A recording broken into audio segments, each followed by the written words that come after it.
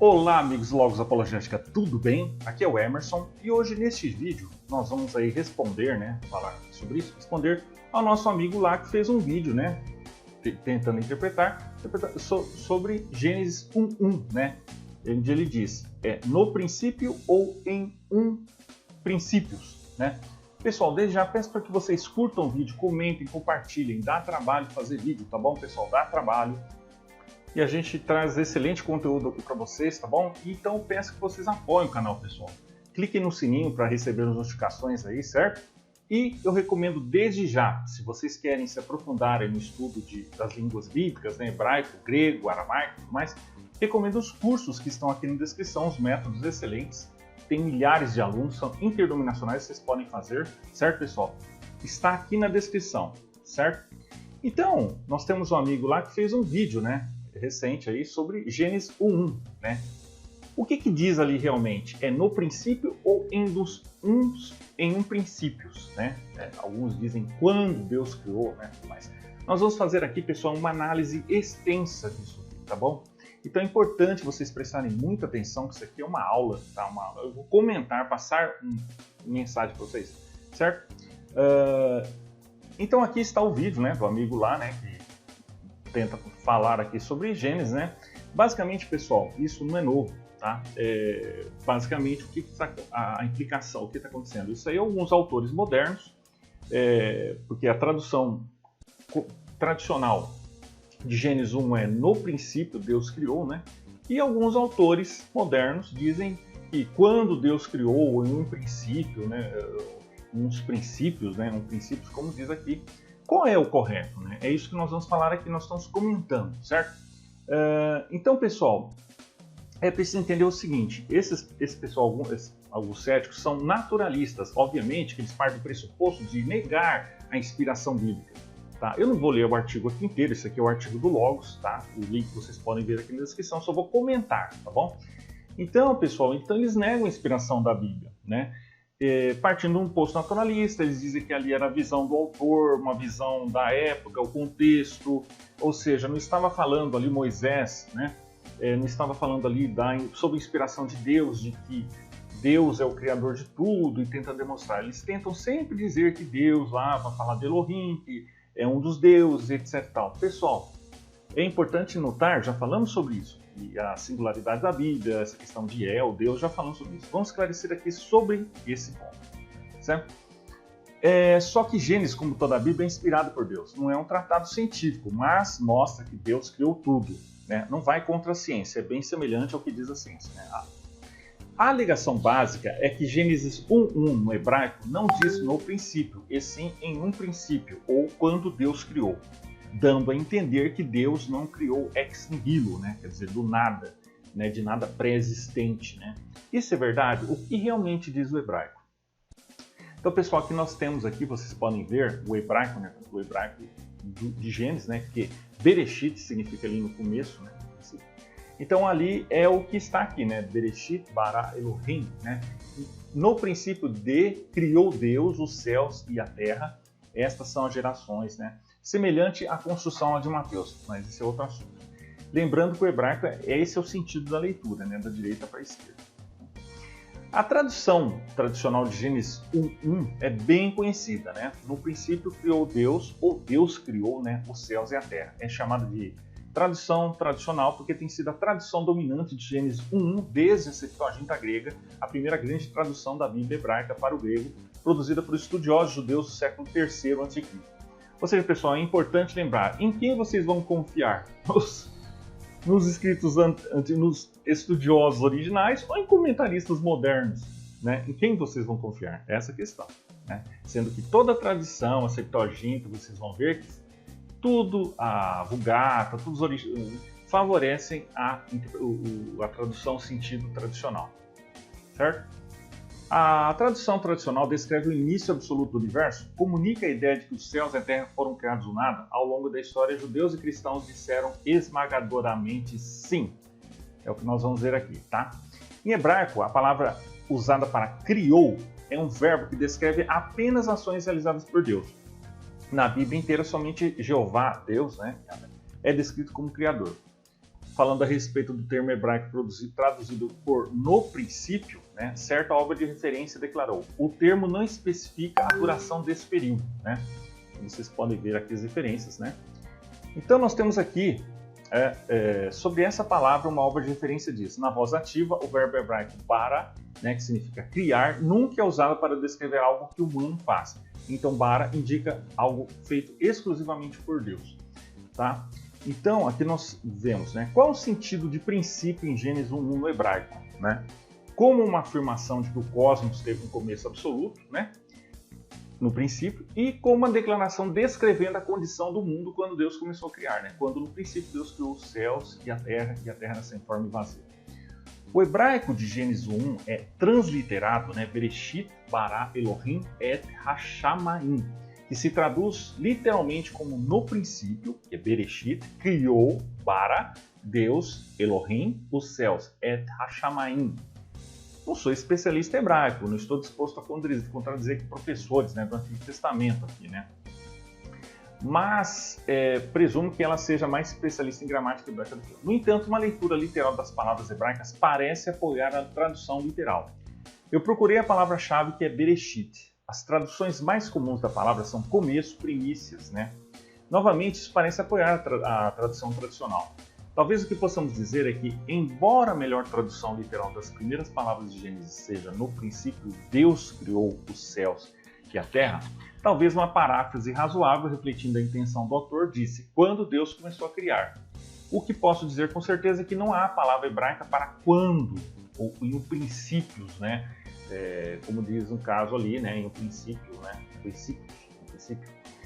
No texto, certo? Então isso deve ser uma paráfrase. Lembrando que essas duas palavras, no princípio ou quando, não são mutuamente exclusivas, né? Elas não se excluem, tá? Pode ter, as duas estão corretas, só que é importante entender a implicação ali, né? O cético pode estar entendendo que Deus não criou ex nihilo, não criou do absoluto nada, né? Ele usou matéria pré-existente. Então isso aí é preciso analisar o que está por trás, né?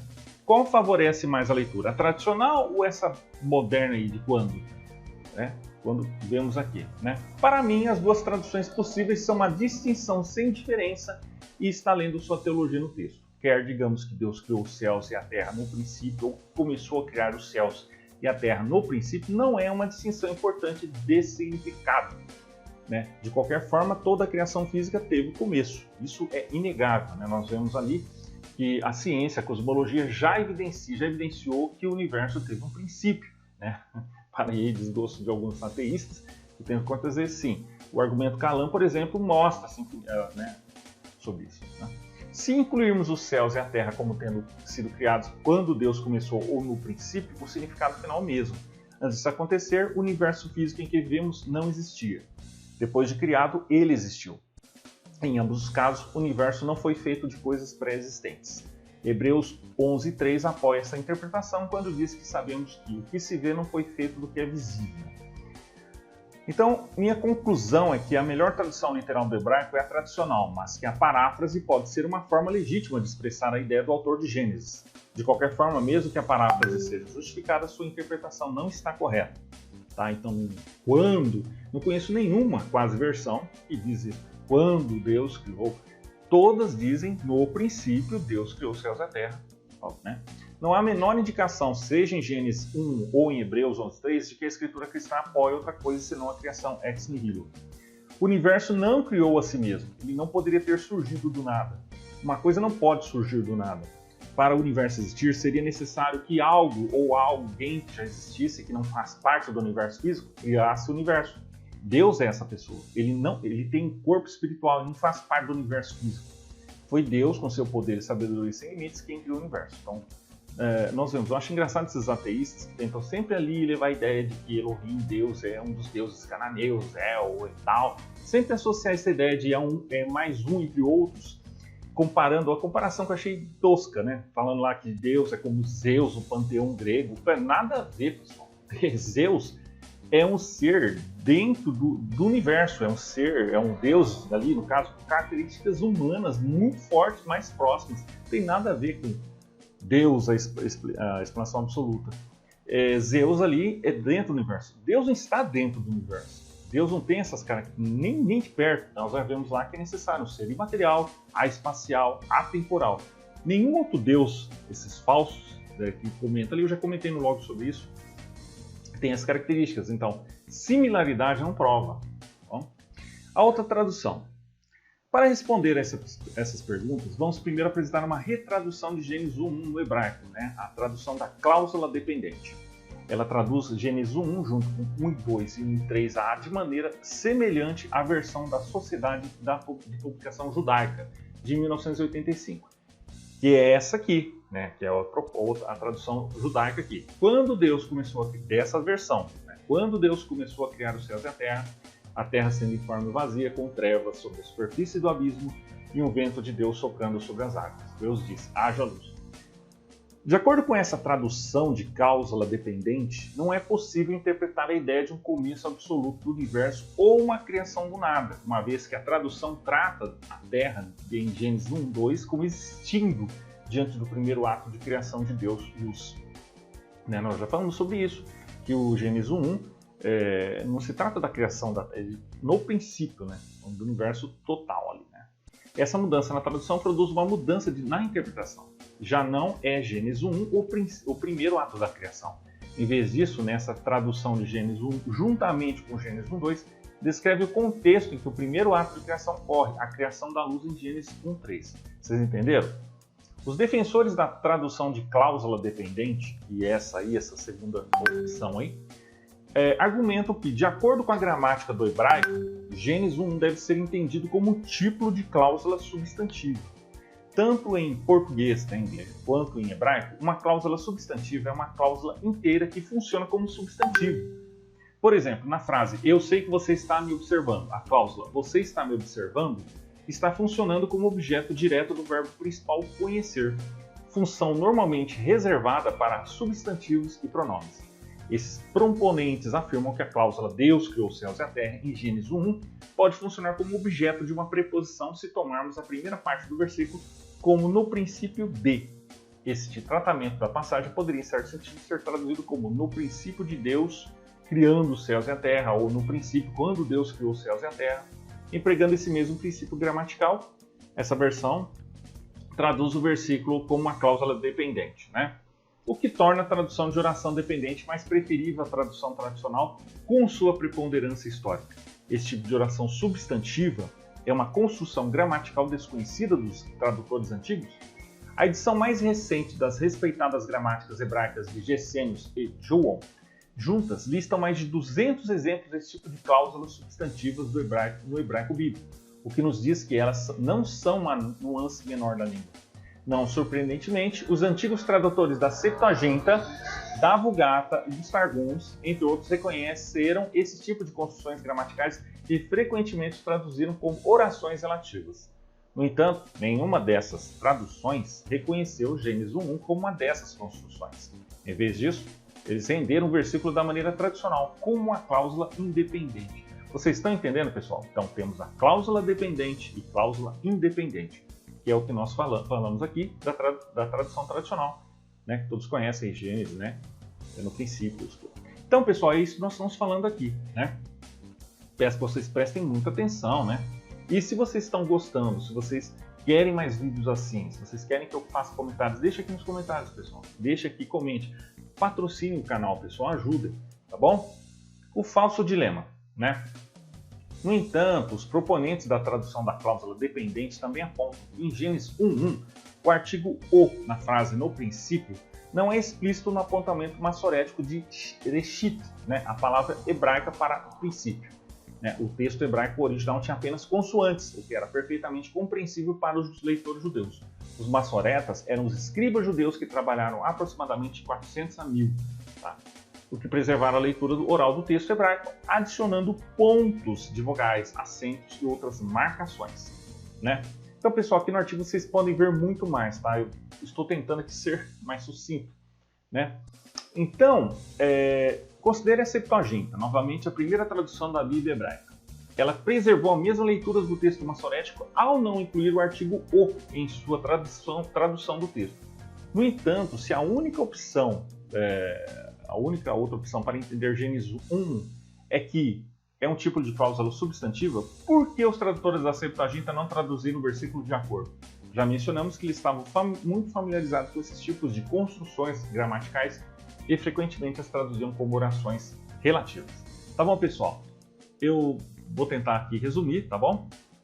Então vocês vão ver muito mais aqui evidências, tá? Vocês podem ver mais exemplos do hebraico, né? Quando substantivos, exemplos aqui de tudo que eu estou falando, tá bom? Então, a gramática incômoda, né? A compreensão tradicional de Gênesis 1 é gramaticamente fácil e o princípio mais básico para entender qualquer idioma é seguir a facilidade da gramática, né? Então, nós vemos aqui como que é né, as evidências para a tradução tradicional, né? Então, nós vemos aqui está a principal conclusão. A compreensão da cláusula dependente de Gênesis 1 não é gramaticalmente fácil, é difícil e chato. A compreensão tradicional de Gênesis 1 é gramaticalmente fácil e o princípio mais básico para entender qualquer idioma é seguir a facilidade da gramática. Os tradutores antigos estavam tão familiarizados com as questões gramaticais quanto estamos hoje e seguiram a facilidade da gramática ao traduzir a passagem em seu sentido mais normal e tradicional. Portanto, a pergunta principal não deveria ser: existe algo no hebraico que os antigos tradutores não perceberam? Essa resposta é claramente não. A melhor e mais humilde pergunta deveria ser: existe algo no hebraico que perdemos? A compreensão tradicional de Gênesis 1:1 é confiável, né? No princípio absoluto, Deus realmente criou os céus e a terra do nada. E como o restante do capítulo ensinam, ele o fez sobrenaturalmente por sua palavra em 6 dias ou eras. Já falando sobre isso. Tá bom, pessoal? Então, é isso aí, pessoal. Se vocês estão gostando do vídeo, se vocês gostaram, deixem aí nos comentários. Lembrando lá, né? O amigo diz no final que Hashamaim, né, os céus, tenta dizer que os hebreus imaginaram o céu lá como uma redoma, né, de água em cima do céu. Não é bem isso. Esse amigo não entende, né, que aqui está falando, né, de um merismo, né? Aqui, ó, merismo. Hashamaim Veret Haaretz, né? Céus e a terra. Isso é o merismo, uma figura de linguagem que indica que os dois não representam o céu e a terra individualmente, mas todo o cosmos, ou seja, está falando do universo. Tá bom, pessoal? Olha só que interessante aqui, tá bom? Então, é isso aí, pessoal. Se vocês gostaram do vídeo, curtam, comentem e compartilhem. É isso aí, pessoal.